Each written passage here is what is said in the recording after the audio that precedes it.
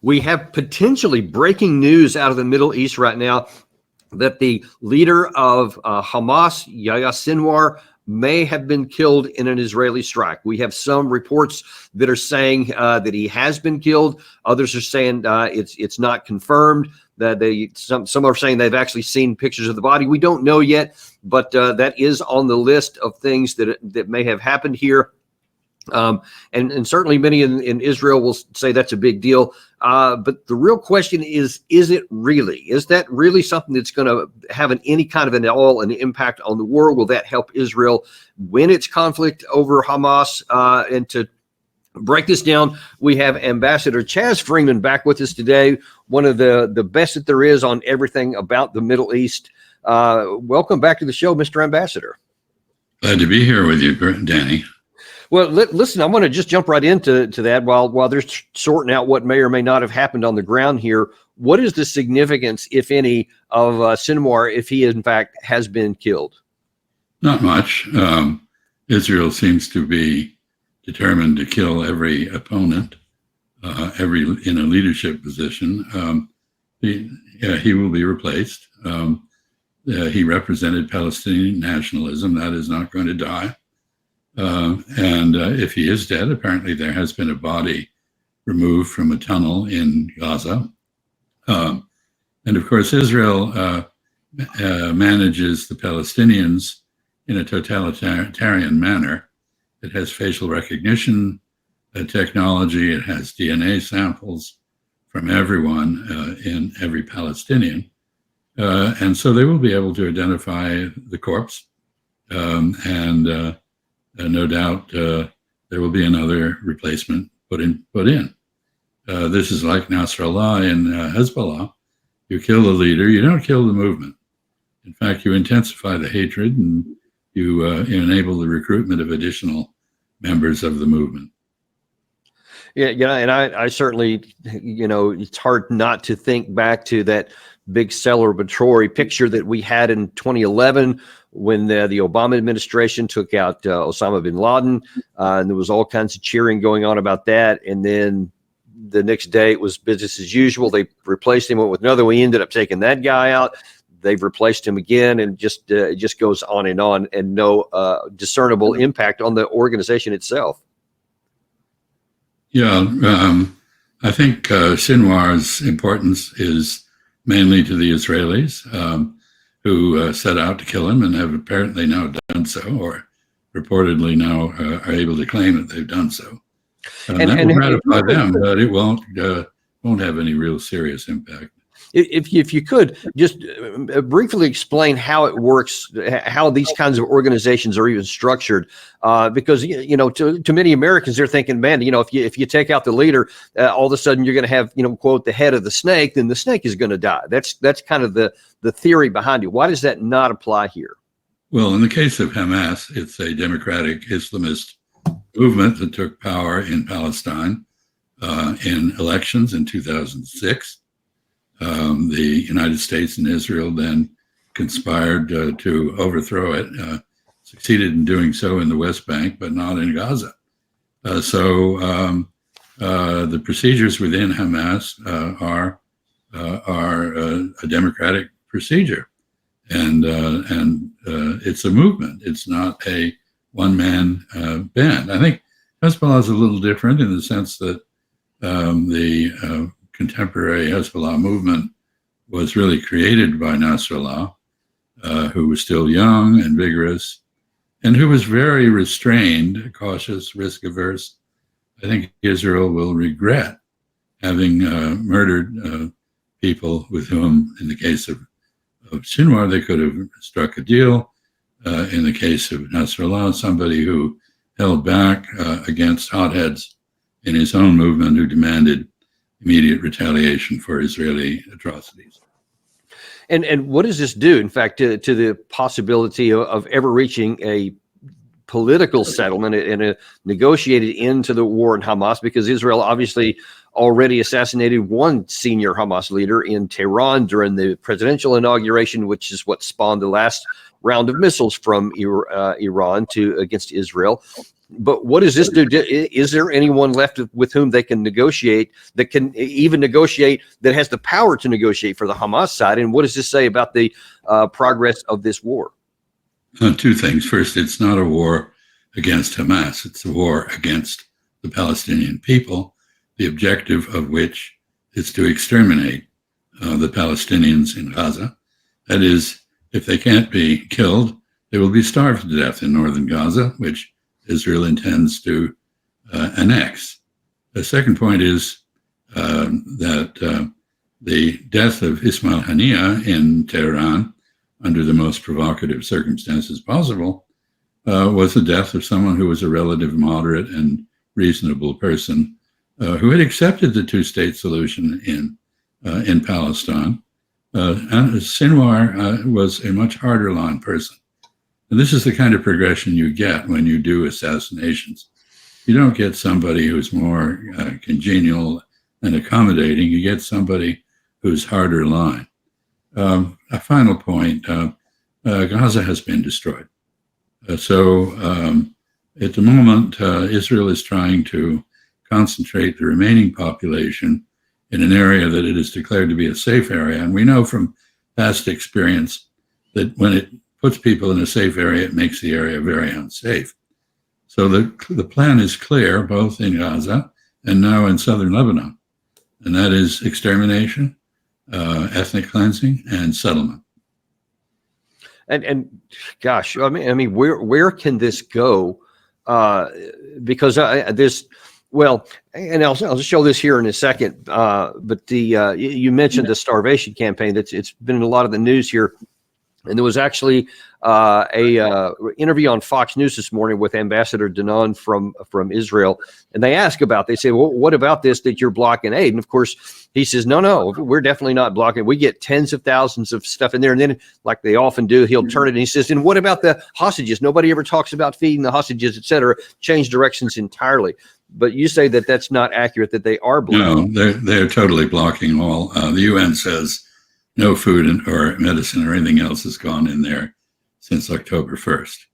And we're now, so in this context, I have to say, the Biden administration's leaked letter to the Israelis, signed by Blinken and Austin, is one of the most cynical political maneuvers that I can recall. First of all, it sets a 30-day deadline for Israel to comply with requirements that have been set a year ago, which it has not complied with. In that 30 days, we will have an election. We will be in a post-election period. Who knows whether the statement that we will cut off arms sales to Israel will be implemented. We'll have a lame duck administration, regardless of the outcome of the election. Second, in that 30-day period, a huge number of people are going to die from starvation or from snipers or from bombs.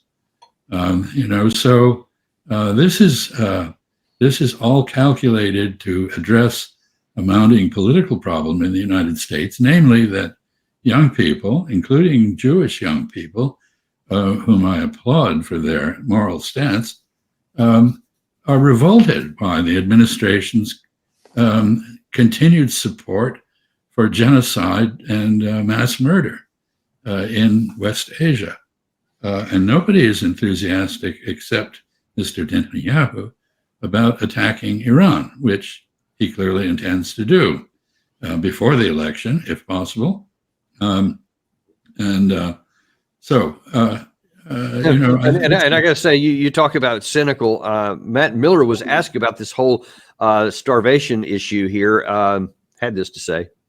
What we have seen over the past few months is that the level of humanitarian assistance has not been sustained. In fact, it has fallen by over 50% from where it was at its peak. So the Secretary, along with Secretary Austin, thought it was appropriate to make clear to the government of Israel that there are changes that they need to make again to see that the level of assistance making it into Gaza comes back up from the very, very low levels that it is at today. This just puzzles me how you can acknowledge that it is true that it's been cut by 50%, probably more than that, according to what you're saying there about the cutoff since October 1st. And then just they make clear to Netanyahu, which means that we begged and asked, and then had our hands slapped away and nothing's going to happen, as you say. We have made our view clear on multiple occasions to Israel, Mr. Netanyahu, and the members of his cabinet, who have basically brushed these requests off with contempt. And I think that we deserve contempt. We've had a year to deal with this issue. And the issue that the idea that the hostages are somehow more important than what is probably 200,000 dead people is just chilling. I don't think it's for nothing that Mr. Miller has earned the nickname Smirkula. That's what he's called by a lot of people these days. Yeah, but I wonder if you can maybe help me understand a little bit. Even if you're pro-Israel, presumably in the United States, you'd also be pro-American, at least equal. But we have to acknowledge that the administration is just powerless in front of whatever Netanyahu wants, and on any capacity, anything you want to look at, ceasefires, don't go into Rafah, let the aid stuff in, two-state solution. I mean, you name it. Everything we have asked, they have done none of it. And we just look pathetic, even on an American stage, much less a global stage. How is it that we just are utterly powerless? Well, Mr. Miller, on another occasion, when asked about that, said, well, Israel's a sovereign country, so it has to make its own decisions, blithely pushing aside the fact that it could not make any of those decisions without our unstinting support. We have the leverage to stop this slaughter. We have not used it. I really doubt that the threat in the letter from Blinken and Austin will in fact be carried through after the election. We've said expended a lot of empty words. We've done nothing. Our credibility internationally is very close to zero. Our credibility with the Israeli government clearly is zero. And so, if Mr. Netanyahu can get the wider regional war that he wants by attacking Iran in a way that he's said will be clever and extremely painful, which I presume means another sort of assassination of Nasrallah kind of exercise against the leadership in Iran, then I think he has, in a sense, won tactically. Tactically, Israel has gotten everything it wants. Strategically, I think it has written its own death sentence. Yeah. And it looks like that they're trying to take us down with them. And so far, we seem to be contributing to that. As speaking of American interests, overnight, B-2 bombers were used against targets in Yemen. And this, again, just looks like an extension of the Israeli Air Force, because they themselves have been striking Yemen targets for quite a while now. It looks like we're joining in the fray as an extension of Netanyahu's armed forces. But then, you know what? You have to start looking at the ordnance being used here. This is a headline I found actually from back in July. It's important to note here. This is from July when it was looking at how much weapons we have used in the Red Sea deal against the Houthis to try to keep the Red Sea open. We had at that time spent 770 precision-guided munitions. These are everything from cruise missiles to interceptors, etc. in there. And this thing has only gone up. So apparently, it's well over 800 by now. And some of our annual production rates are about 155 per year, 125 in some other categories. And we've burned through that in just a matter of months. And now we've switched off with somebody else. And there is absolutely no end in sight to that. We already know that, Jake Sullivan admitted last month that there were 17 different countries that we provide long-range interceptor missiles for. I'm sorry, not long-range, interceptor missiles for, that now we're not giving any of them to anybody because we've given them so many to Ukraine. Now then we're also starting to expend those here. We are spending ourselves into oblivion in capacity, not just money. You have to consider that the use of the B-2, which flies from the United States with multiple refueling en route to drop bombs in Yemen, is a clear indication that of our inability to sustain the presence in the Red Sea and in the region that we previously had. Not only have we expended weapons, we have exhausted our sailors, and we have put our ships in a position where they have to have maintenance and be brought back to American ports for that. And so it's not just that we've expended munitions and weakened ourselves globally, but we've shown the limits of our ability to project power, except now directly from the United States. God help us if we get into a major war with Russia or China or even Iran. We are approaching our limits of capacity.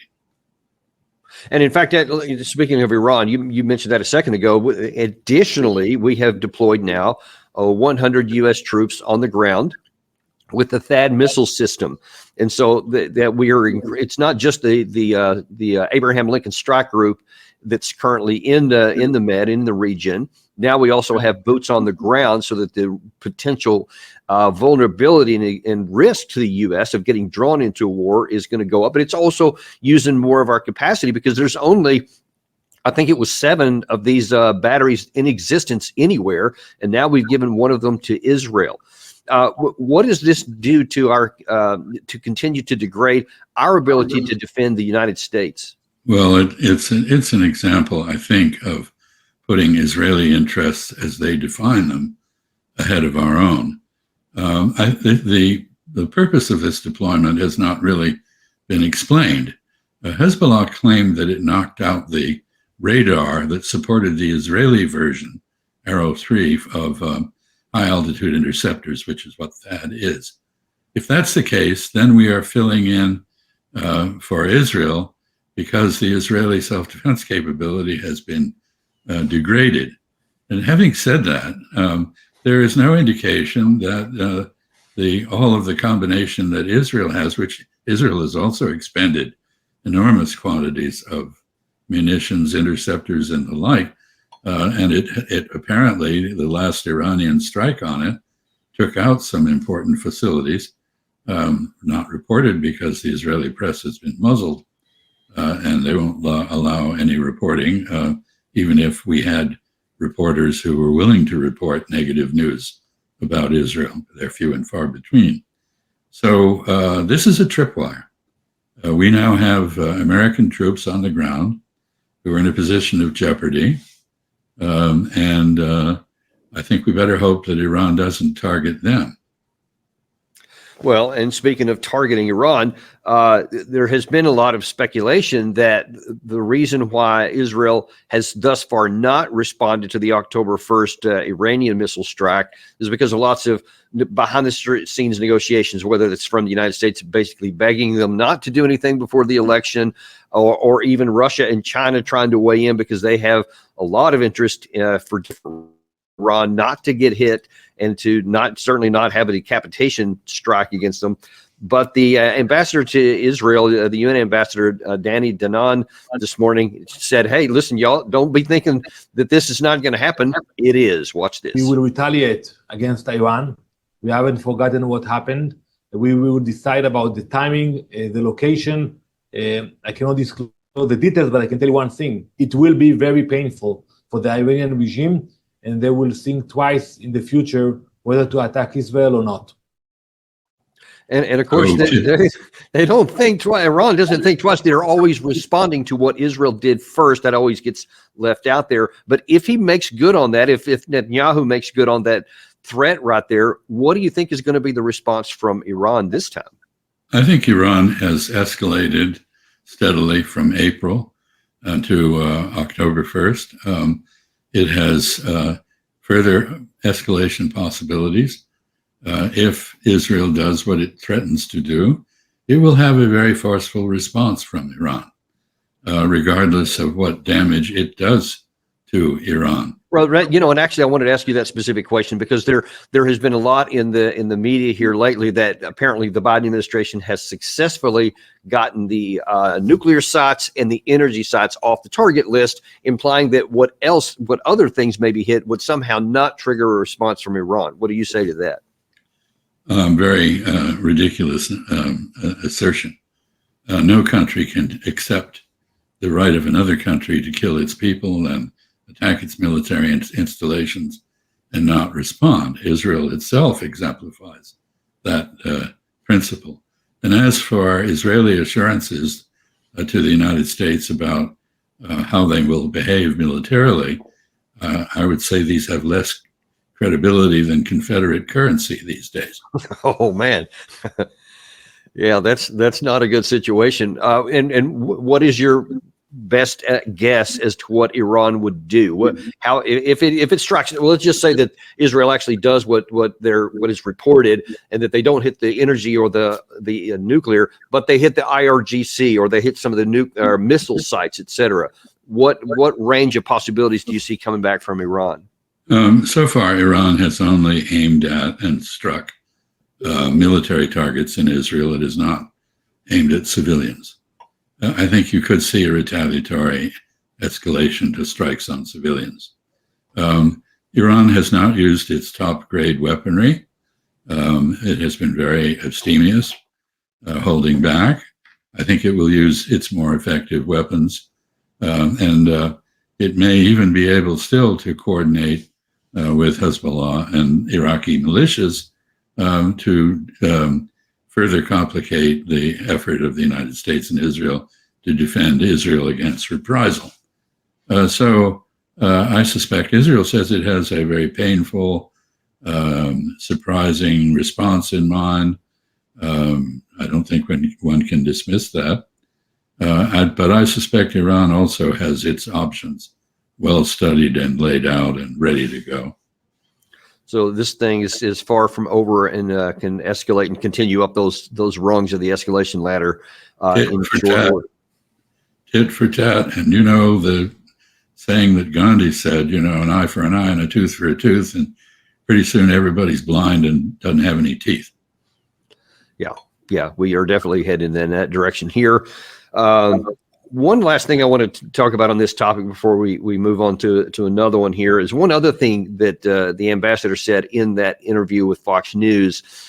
He was asked about those darn United Nations people that are so mean and how that they need to be reformed. And I found his logic very interesting, and one might often called also called sort of 1984-ish. Watch this. I think the UN must go back and look at the cause of establishing the UN. And what we have seen in the last year, we have seen that the UN forgot about the moral issues that they have to advocate. They were not able until today to condemn October 7th, the atrocities. They were not able to condemn Hamas.